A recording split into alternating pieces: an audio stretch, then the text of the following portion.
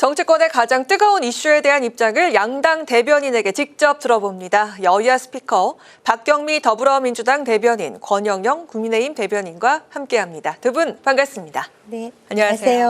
안녕하세요. 네, 바로 본론으로 들어가겠습니다. 민주당 차기 원내대표 선출을 위한 토론회에서 김병기 의원의 거취를 두고 온도차를 보였습니다.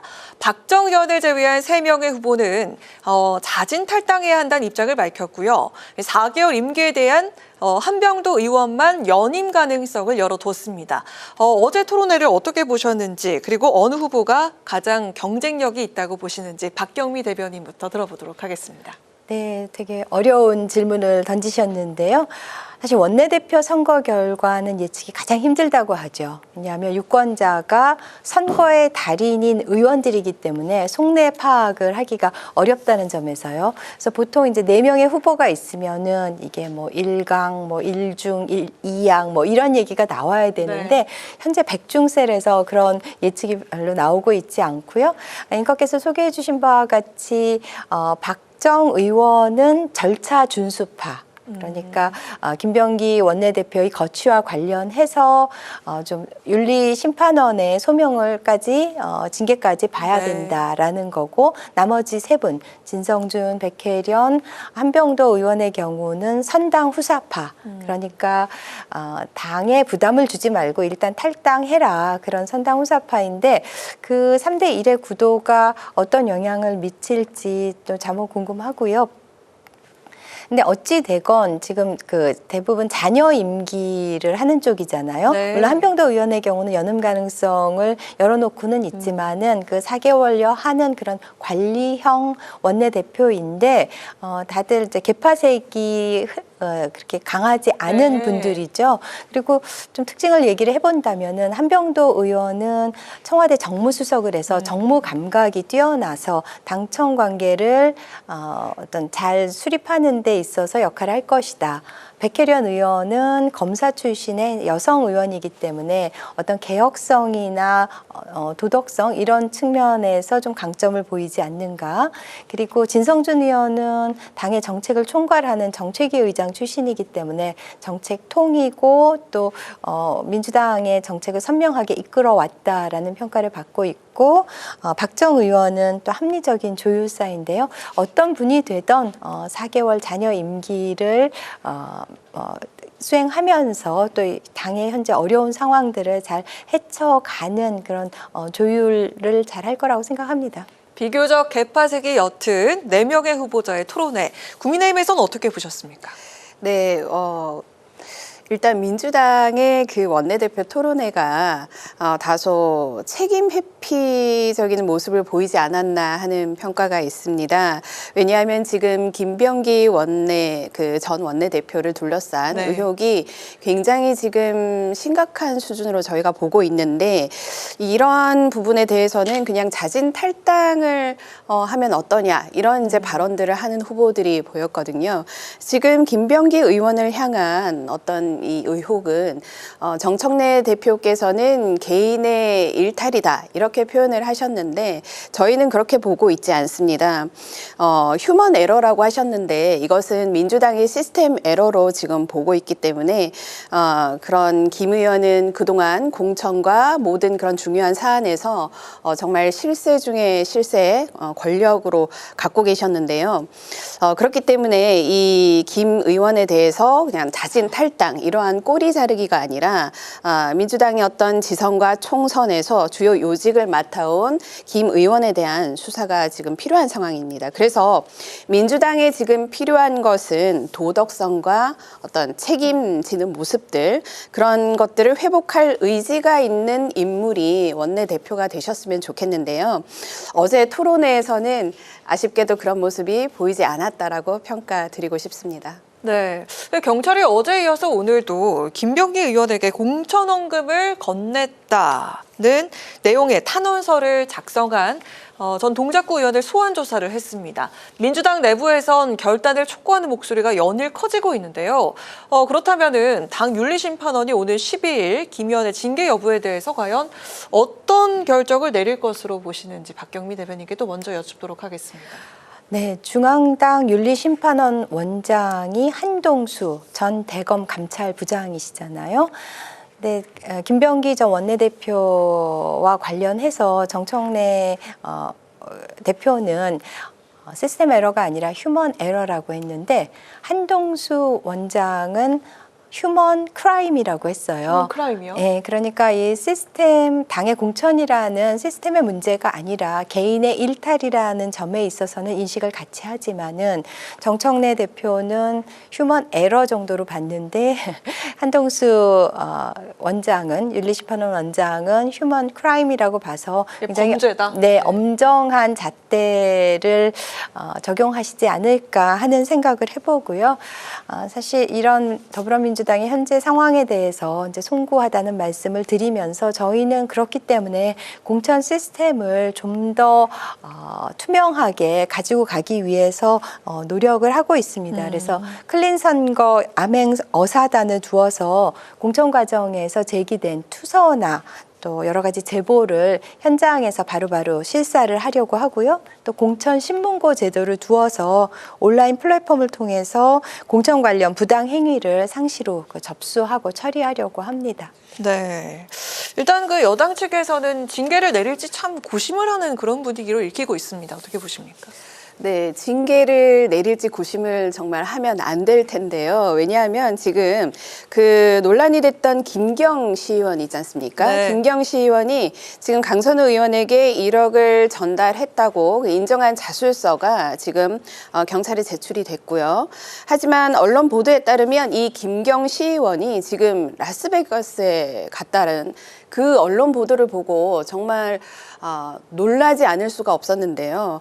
이 버젓이 외국을 활보하고 있고 또 이재명 대통령께서 그토록 아꼈던 강선우 의원은 위장 탈당을 했다. 저희는 그렇게 보고 있는데요.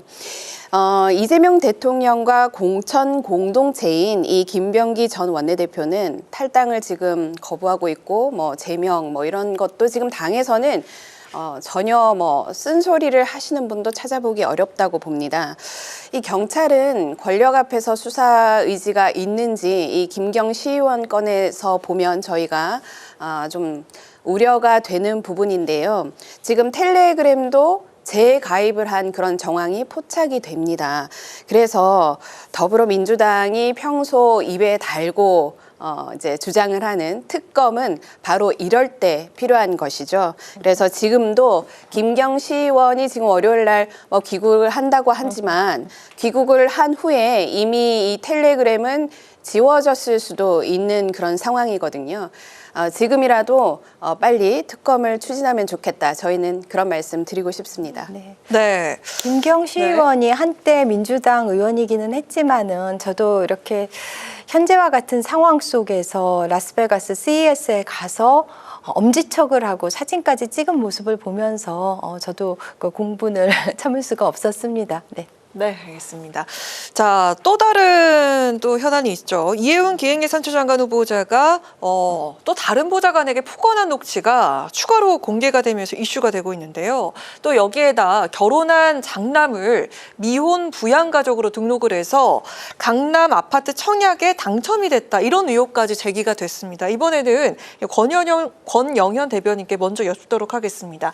이렇게 의혹이 점점 더 커지고 있는 이 후보자가 인사청문회를 과연 19일에 통과할 수 있을지 먼저 들어볼까요?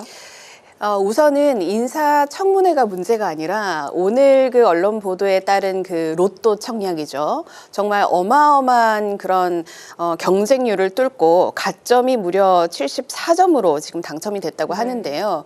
그리고 시세 차익도 어마어마하죠. 우리 일반 국민들은 정말 어떻게 이렇게 당첨이 됐을 수 있을까?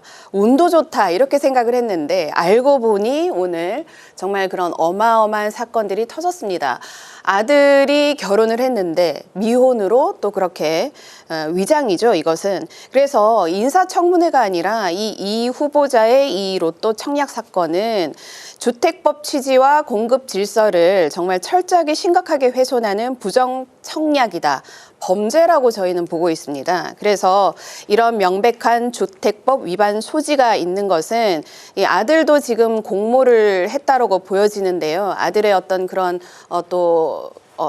어떤 협력이 없었으면 이게 불가능했겠죠. 그래서 이러한 부당한 취득이 된 이 주택은 만약에 사실로 밝혀진다면 청약이 취소돼야 된다. 지금 이러한 국민들의 여론도 있고요.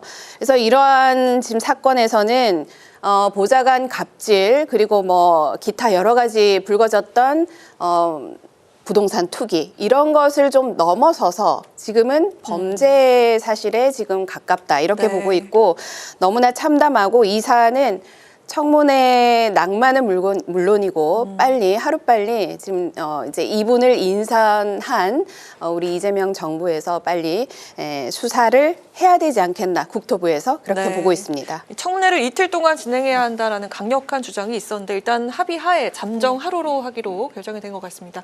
어떻게 좀 전망하십니까? 네, 이혜훈 후보의 여러 의혹들은 정말 국민들의 영린을 건드리는 측면이 있고요. 근데 한 가지 먼저 짚고 넘어갈 것은 네. 그런 모든 그런 부정 비리가 국민의힘 의원이나 소속일 때 일어났다는 점은 밝히고 싶고요. 오늘 발표된 한국갤럽 조사를 보니까 청문회 통과 가능성에 대해서 낙관적인 기대를 하기는 어려워 보입니다. 그런데 현재까지 청와대 그리고 민주당의 입장은 일단은 청문회까지 지켜보자는 게 아직까지도 저희의 입장이기는 합니다. 네. 그런데 이게 검증이 이렇게 세 단계로 이루어진다고 생각을 해요. 그러니까는 청와대에서 지명을 할 때 1차적인 검증, 1단계 검증이 있고 그리고 지명 발표가 되고 청문회 전까지 언론을 통한 또 국민들의 검증이 있고 그다음에 국회 인사청문회를 통한 3단계 검증이 있는데 지금 2단계 상태이잖아요. 그래도 3단계까지 가서 이혜훈 후보자 당사자의 글쎄요, 해명이 가능한지 모르겠는데 소명을 들어보는 게 필요하다는 게 현재까지 입장입니다. 네, 알겠습니다. 자, 국민의힘은 장동혁 쇄신안을 두고 또 논쟁이 이어지고 있습니다. 여기에 정책위 의장엔 친윤의 핵심으로 꼽힌 3선의 정점식 의원이 그리고 지명직 최고위원엔 그동안 탄핵을 반대해왔던 조강한 전 당협위원장이 임명돼서 눈길을 끌었습니다. 쇄신을 이야기하고 또 당명을 변경하는 것을 추진하고 있는데 과거와의 결별을 내세운 기조와는 거리가 있는 인사다라는 지적이 있는데요. 이번 인선 어떻게 보시는지 먼저 들어볼까요? 네, 우선 장동혁 대표께서 계엄과 탄핵의 강을 건너겠다 또 사과도 하셨고 앞으로 국민의힘이 걸어가야 될 여러 가지 국민들께 보여드릴 그런 변화의 길에 대해서 쇄신안도 발표를 하셨습니다. 그런데 이제 그 어떤 쇄신안에 이어서 이제 지명직 최고를 지명했을 때 이러한 여러 가지 비판의 어떤 시각들이 나오는 것 같은데요. 지명직 최고에 지금 임명되신 분 같은 경우에도 과거에 민주당 쪽에 계셨던 분으로 알고 있습니다. 그래서 저희는 국민의힘이 보수 정당으로서 가야 될 길을 다양한 변화의 모습을 정책을 통해 보여드리겠다는 부분에서 뭐 다양한 스펙트럼을 가진 또 다양한 경력을 가진 인사를 인선을 하셨다 이렇게 보고 있고요. 지금 당이 좀 혼란스러운 시기입니다. 이럴 때일수록 당을 재정비하고 시스템을 바로 세울 수 있는 그런 적절한 인사를 임명을 하셨다고 보고 있고요. 윤리위원장 그리고 정책위 의장 어떤 특정 프레임이나 특정 어떤 논란이 될 만한 이력은 없다고 저희가 보고 있고 그 직책에 맞는 능력과 어떤 역할 중심이라고 보여집니다. 그리고 쇄신은 어떤 사람의 어떤 그 성향이나 이런 것을 보고 물론 판단을 하실 수도 있겠죠. 네. 그러나 저희가 중요하게 생각하는 것은 그러한 예전에 어떤 말을 했는 거 아니냐 이런 것보다는 그렇게 자꾸 낙인을 찍는 것보다는 앞으로 국민의힘이 이제 새롭게 변화되는 모습에서 그분들이 자기의 직책과 역할에서 국민들께 보여드릴 수 있는 모습들은 정말 무궁무진하다고 봅니다. 그래서 어떤 책임을 지고 변화를 만들어내느냐로 평가를 해 주셨으면 좋겠고요.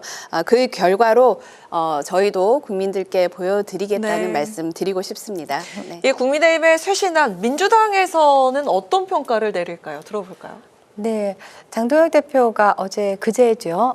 사과 헐리우드 액션을 했어요. 그러니까는 계엄은 뭐 잘못됐다고 하면서 그 계엄의 주체인 윤석열과의 단절은 이야기하지 않았기 때문에 저희는 자기 모순적인, 그래서 사과 같지 않은 사과를 했다라고 하는데, 어쨌든 그 사과 비스무리한 것을 하고 그 잉크가 마르기도 전에 윤석열 호위 무사들을 전면에 내세웠어요. 그러니까 정점식 의원, 대표적인 찐윤 인사를 당의 정책을 총괄하는 정책위 의장에 앉히고, 그리고 최고위원회 지명직으로 조강한 당협위원장, 전 남양주 시장은 이제 반탄 인사죠. 물론 민주당에 한때 몸을 담기는 했지만은 사실 국민의힘으로 건너간 지 오래됐고요. 무엇보다 경악스러운 것이 윤리위원장의 윤민우 교수인데요. 이분은 경찰 사이버 안보가 전공이잖아요. 네. 근데 보통 윤리위원장은 좀 더 보편적인 사안을 다룰 수 있는 인사를 앉혀야 되는데, 이런 분을 기용했다라는 것은 한동훈 전 대표에 대한 당원 게시판, 이거를 징계하기 위한 표적 인사로 보이거든요. 그래서 매우 인사가 부적절했다. 그래서 여전히 윤석열의 그림자가 당을 장악하고 있는 것이 아닌가 싶고요. 오늘 보니까 당명 개정을 위해서 전당원 의견 수렴 조사도 한다고 하던데요. 그래서 제가 댓글들을 읽어보니까 맞아, 이참에 국민의 짐으로 가는 게 낫겠다. 뭐 그렇게 당명을 바꿔라, 이런 얘기들이 많더라고요. 그래서 이런 어떤 불법 계엄에 대한 성찰과 분명한 반성이 없는 그런 상태에서 또 간판만 바꿔다는 게 무슨 의미가 있나 하는 말씀을 드립니다. 네, 그 윤리위원장 인선에 대해서 좀 한 말씀 들어보고 싶은데요. 한동훈 전 대표를 향한 표적이기 때문에 그렇게 인선이 단행이 된 것이다, 이렇게 이야기가 나왔습니다. 좀 답변을 들어볼 수 있을까요? 말씀하신 대로 윤민우 우리 윤리위원장님께서 일단은 8일날 인선이 되시고 첫 발언을 하신 것을 잘 살펴보시면은 법적 책임뿐만 아니라 윤리적 책임 및 그리고 윤리적 책임으로부터 파생되는 우리 정당인의 직업 윤리로서의 정치적 책임에 대해서도 이제 정확하게 판단할 것이다라는 말씀을 하셨어요. 누군가를 표적을 했다라고 보여질 수도 있겠는데요. 민주당도 마찬가지입니다. 그 당에는 당헌 당규가 있습니다. 그래서 이것은 당원이 개인이 당에서 그냥 마음대로 하는 것이 아니라 이 당원 당규에 따라서 개인이 그 국민의힘이라는 정당에 입당을 하면 맺게 되는 어떤 계약에 의해서 저희가 권리도 발생하고 의무도 발생합니다. 그러한 어떤 테두리 안에서 본인이 맡은 역할에 충실하실 것이고요.